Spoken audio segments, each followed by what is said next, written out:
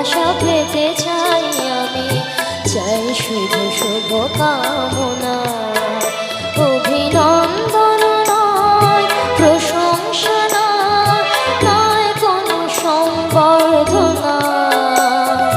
মানুষের ভালোবাসা পেতে চাই আমি, চাই শুধু শুভ কামনা। তোমাদের কাছে চিরদিনই আমার শিল্পী মন ঋণী। তোমরা প্রেরণা দিয়ে করেছো মুখর আমার নীরব চেতনা।